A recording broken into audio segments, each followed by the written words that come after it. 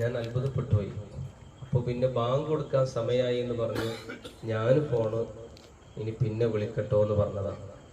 3/4 മണിക്കൂർ നേരം അതിൽ എൻ്റെ സ്വന്തം കാര്യങ്ങളുണ്ട്. ഞാൻ ജോലി ചെയ്യുന്ന മഹലിനെ കുറിച്ച് പറഞ്ഞിട്ടുണ്ട്, അവന് ജോലി ചെയ്യുന്ന സി കെ നഗറിനെ കുറിച്ച്, ഇവിടെ മേൽമുറിയെ കുറിച്ച്, കുടുംബത്തെ കുറിച്ച്, ഞങ്ങളെ ഗൂഡല്ലൂരിൽ ഒരു സ്ഥാപനം ഉണ്ടാക്കുന്നുണ്ട്, അതിനെക്കുറിച്ച്, പെങ്ങന്മാരെ 2 മക്കള്, വിവാഹപ്രായം, അക്കാര്യങ്ങൾ, കല്യാണ കാര്യങ്ങൾ തുടങ്ങി ഈ 3/4 മണിക്കൂർ നേരം സംസാരത്തിൽ എല്ലാം ഉൾക്കൊണ്ടിട്ടുണ്ട്.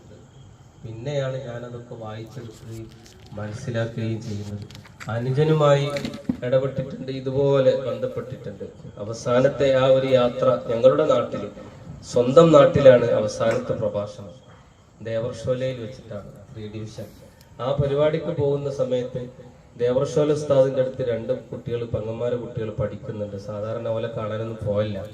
അവരെ പോയി കണ്ട് അവർക്ക് നിറയെ മിഠായികളൊക്കെ കൊണ്ടുവന്ന് കൊടുത്ത് അവരെയും കൂടി വണ്ടിയിൽ കയറ്റി. അങ്ങനൊന്നും സംഭവം ഉണ്ടാവില്ല, അതൊക്കെ ഒരു പുതിയ സംഭവങ്ങളാണ്. വേറെ ഞങ്ങളെ പെരിയശോലയിലുള്ള ഒരു പെങ്ങളോട് അവിടേക്ക് എത്താൻ വേണ്ടി പറഞ്ഞു, ഞാൻ അങ്ങോട്ട് വരുന്നുണ്ട്, നമുക്ക് കാണണം. വേറൊരു അടുത്തേക്ക് എത്താൻ വേണ്ടി അങ്ങനെ സഹോദരിമാരുമായിട്ടുള്ള ഈ ഒരു സൗഹൃദ സംഗമങ്ങളൊക്കെ ഇതിന് മുമ്പ് കഴിഞ്ഞിട്ടുണ്ട്. അപ്പോൾ അതൊക്കെ ഒരു ഒരുക്കമായിരുന്നു എന്ന് പിന്നീടാണ് ബോധ്യപ്പെട്ടത്. എല്ലാ അർത്ഥത്തിലും കുടുംബവുമായിട്ടുള്ള ഹക്കുകളൊക്കെ പൂർണ്ണമായും വീട്ടിയിട്ടാണ് വിടവാങ്ങുന്നത് എന്ന് നിങ്ങളെ അറിയിക്കുകയാണ്. അതുകൊണ്ട് നിങ്ങളൊക്കെ നന്നായി ദുആ ചെയ്യണം. നടത്തിയ നസീഹത്തുകളും ഇടപെടലുകളൊക്കെ ആഖിറത്തിലേക്ക്, ഖബർ ജീവിതത്തിൽ സന്തോഷത്തോടെ അനുഭവിക്കാൻ നിങ്ങളൊക്കെ ഇനിയും നന്നായി ദുആ ചെയ്യണം.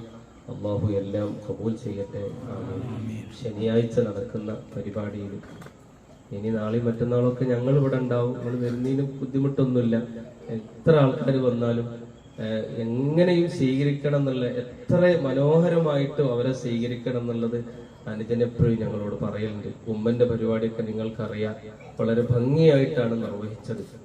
അതിൽ മുഖ്യ പങ്ക് വഹിച്ചത് ഉമ്മന്റെ ചികിത്സക്കും, ഉമ്മയെ ഹോസ്പിറ്റലിൽ കൊണ്ടുപോകുന്നതിനും, ഉമ്മയെ പരിചരിക്കുന്നതിനും വേറെ ആരോടും ഇടപെടിയൊന്നുമില്ല. പൈസ എടുത്തിട്ട് അത് ചെയ്യും. ഇതാണ് അനുജന്റെ സ്വഭാവം.